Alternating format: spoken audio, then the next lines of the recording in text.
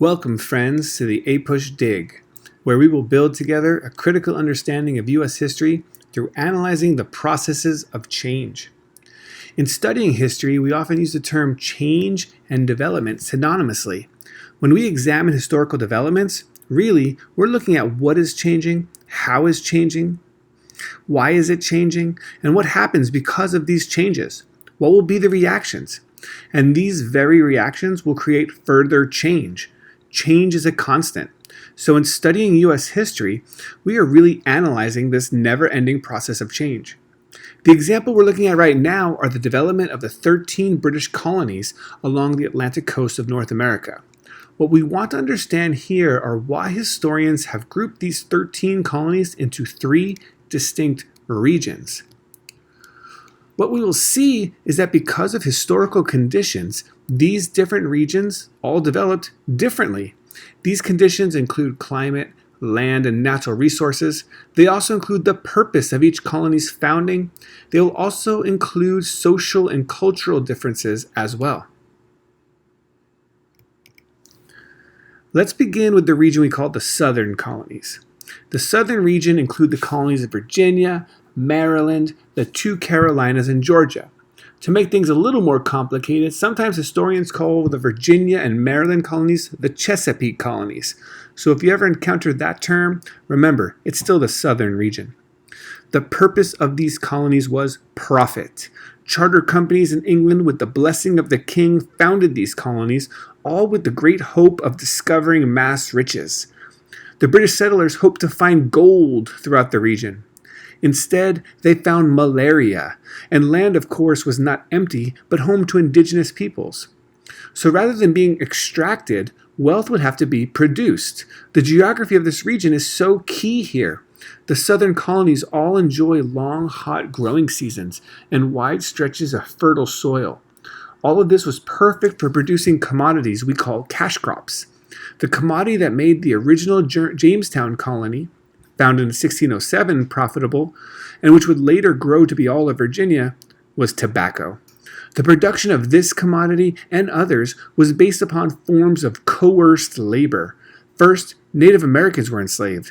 Then, poor white workers were imported from England to be indentured servants working off their debts on plantations throughout the southern colonies.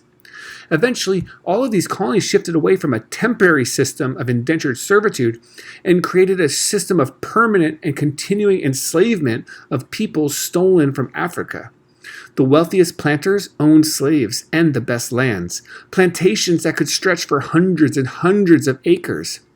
However, the majority of families in the southern colonies farmed much smaller plots of land with rockier soil further west and in constant conflict with indigenous peoples upon whose land these British settlers were constantly encroaching upon. These families engaged in subsistence agriculture, whereas the wealthy slave-owning planters produced cash crops to sell on the developing Atlantic market from the Americas to Europe. The small family farmers survived upon what they themselves could produce. The New England colonies are the furthest north of our three regions. They were Massachusetts, Connecticut, Rhode Island, New Hampshire. These colonies were not created by the profit-hungry emerging capitalist class that founded the southern colonies. Rather, the colonies in New England were first founded by Puritans, a strict Christian religious sect who experienced persecution for their extreme beliefs in England. Some were separatists who wanted a total break from the king and the Church of England. However, the majority of these settlers wanted the opportunity to create their perfect community, their city upon the hill, and did so with the approval of the king. The Puritans were Calvinist Protestants who believed in the doctrine of predestination, that all events are willed by God, and that the destination of their souls would they be saved? Would they be damned? Is determined by God at birth. They will never know for sure if they'll end up in heaven or hell, but the Puritans believed that God showed them glimpses into their future through success or failure experienced in life. So if someone was a hard worker and amassed wealth and property and status, that could be evidence that God had chosen them to be saved. These Puritan communities revolved around their church, which was the center of their society. The geography of these New England colonies was very different than the southern colonies. Instead of long summers, New Englanders experienced long winters. Instead of wide stretches of flat, fertile soil, New Englanders found wooded forests, fast-moving rivers. Thus, cash crop commodity production could not exist in the north. The New England colony's economy centered upon small family farms, with commerce and crafts being important in coastal towns like Boston. The middle colonies were New York, New Jersey, Pennsylvania, and Delaware. You can find a blend of the economies of New England and the South here. There were large farms producing grain and oats. There was much trade and craft work in the ports of New York and Philadelphia. The middle colonies were the most diverse region of the colonies. You'll find British settlers, Scottish and Irish settlers, German and Scandinavian settlers. You could find enslaved and free black people, and of course, as in all of the colonies, indigenous peoples. All of the colonial regions participated in what historians have called the Atlantic system of exchange. The purpose of colonies was to amass and direct wealth back to the metropole, in this case, London, England. The way wealth would be produced would be through the extraction of natural resources from the colonies, or the producing of cash crops. Those goods and commodities would be sent back to England to be sold in European markets. Items manufactured in England with materials produced in the colonies would then be sold back to the colonies. The whole point here was for the colonies to be both the producer of raw materials for companies in England and also the customers of these companies.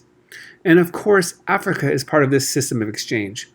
Manufactured goods were traded to African tribes in exchange for people captured to be enslaved on the plantations in the colonies. The two original sins of the United States are building an economy built upon the enslavement of black people and the displacement and genocide of indigenous peoples. Throughout the 17th and 18th centuries, warfare was a continuity between settlers and Native Americans. The settlers engaged in irregular warfare against Native Americans, destroying their farms, burning down their villages, massacring women and children. As deadly as warfare was for Native peoples, disease proved to be the ultimate weapon of the settlers.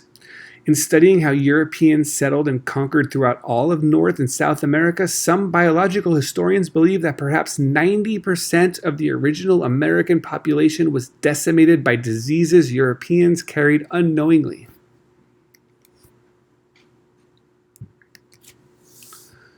So let's wrap this up by reflecting on some of the big changes that are taking place here in the beginning of our colonial time period. First off, we have to understand the purpose of colonies. They were to produce wealth and to have that wealth be sent back to the mother country and the companies of the mother country. The establishment of colonies in North America by Britain allowed Britain to engage in a developing capitalist economy across the Atlantic Ocean based upon commodities grown in or extracted from the colonies. The 13 colonies can be grouped into 3 different regions. However, none of these settlers of these colonies, they did not consider themselves American. Their British identity would be paramount, as would their new white identity with the transition from white indentured servitude to black hereditary slavery. Thank you, friends, for coming on this little journey with me, and we'll talk next time.